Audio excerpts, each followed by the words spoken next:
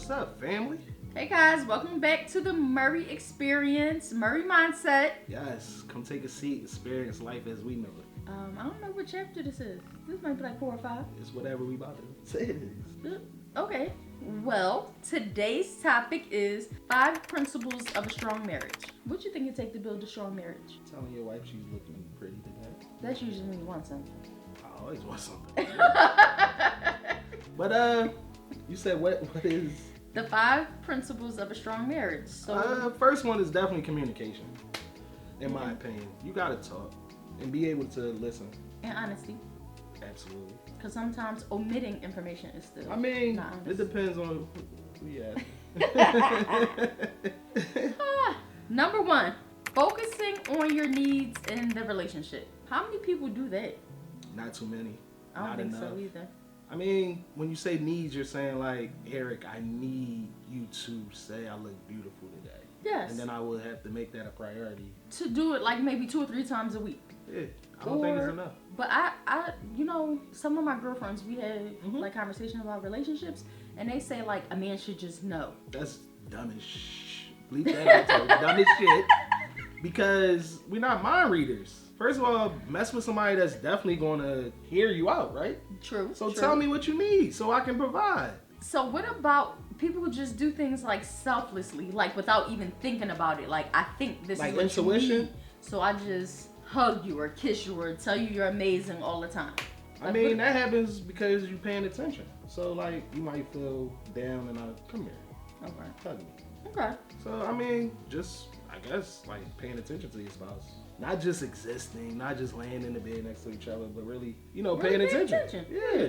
You like listening to my stories when I be like, let me tell you what happened at work today. Yeah, because I can learn from it. I learn what Some not of to them do do. be funny though. So if number 1 is focusing on your needs that you have in a relationship, then number 2 have to be attitude is everything.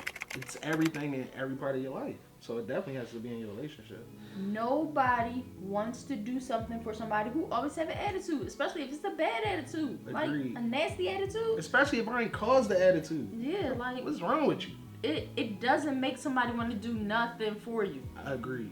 Like, even if you was returning something to a store, like, if you come in with the right attitude, people would be more likely to help you. Yeah. Or be like, I know what the rules are, but him or her or she or him was so nice. Yeah, majority of the time, the energy you put out is the energy you get.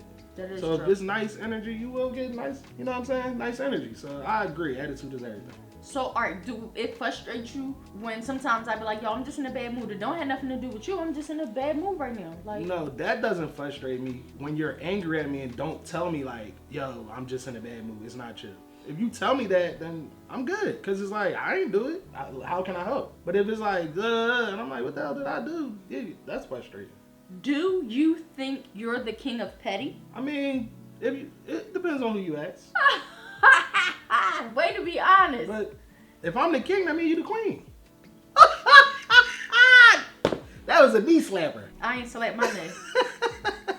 Attitude is everything. It is, yeah. As long as he check his attitude, we good. As long as I check my attitude. Okay. Number 3, communication. Talk. We talked about it like at the beginning of everything, but communication. So I was talking to my older brother, and he was just like, we were just talking about relationships, but he was saying like, oh, like I have like a communication day, or some days like we just literally just talk about everything. But even though we had this like whole conversation about communication, I feel like you can't really set aside time to communicate. Communication is a forever ongoing thing. It has to be daily. Yeah, like it's a living mechanism. Absolutely. Like, it's no way I can remember what I wore on my feet to work last Friday. But if I'm constantly like talking to you about like how I feel or what I like or what I dislike, it makes it a lot easier, one, to open up to you. So the lines of communication can remain open. Okay.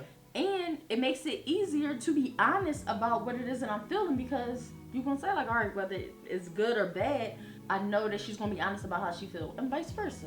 Yeah, I mean, I totally agree with you. It has to be daily because I'm seeing you daily. Like, being married is a job you never clock out of. That is very true. So I gotta communicate daily. So it's very important. And I feel like if you're able to express yourself and be received without judgment, it should go smooth for you. It should. Which leads us to number 4, which is trust.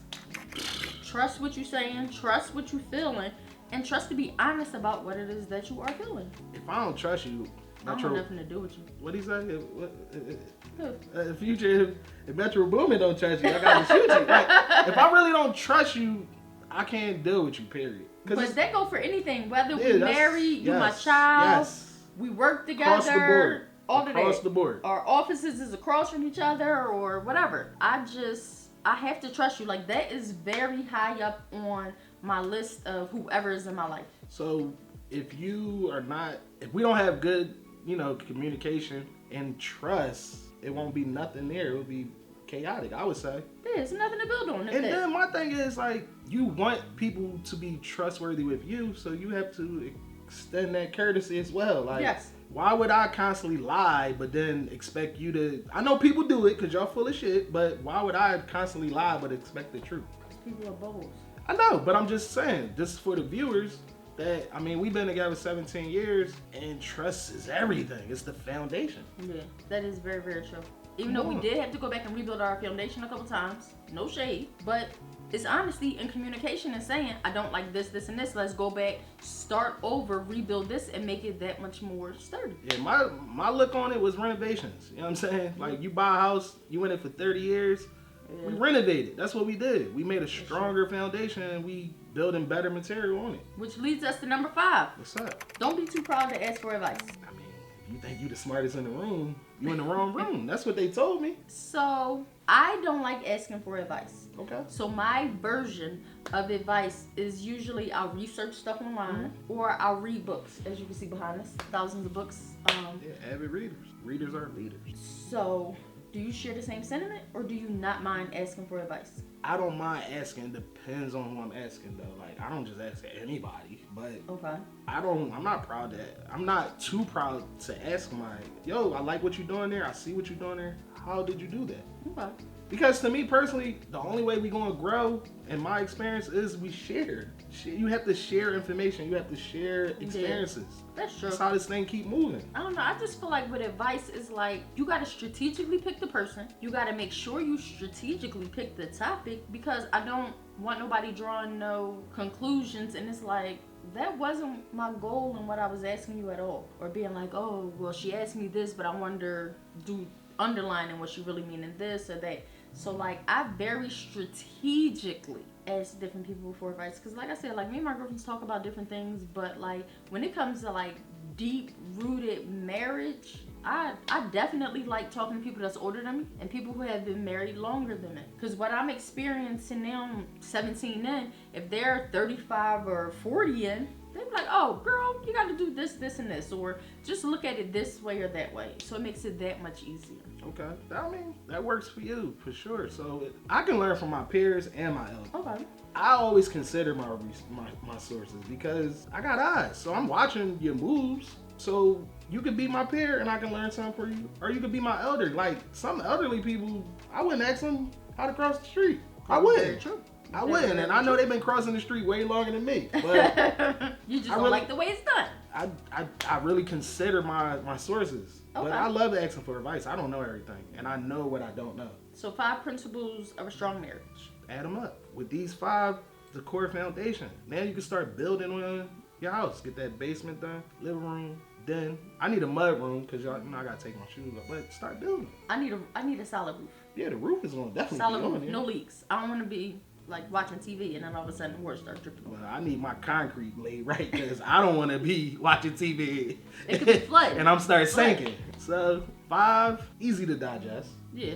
5 straight to the point. Yeah. We could have probably did like 15, but we could do 150. But we're gonna get y'all 5. And then next week when y'all come sit down with us, we got more. We got more tips, tricks, and different things that have worked for us, different things that didn't work for us, and then we want to know how you feel about it. Yo, join the experience. Follow the journey. So tell us what you did like, what you didn't like about this video. Go down in the comment section who you agree with. You agree with Pam, you agree with Eric, you agree with the way I look for advice or the way Eric look for advice. I really would like to know what y'all think. If it's another video that y'all would like us to do or any topic that you want us to talk about, go down into the comments section and please, please, please comment, like, and share.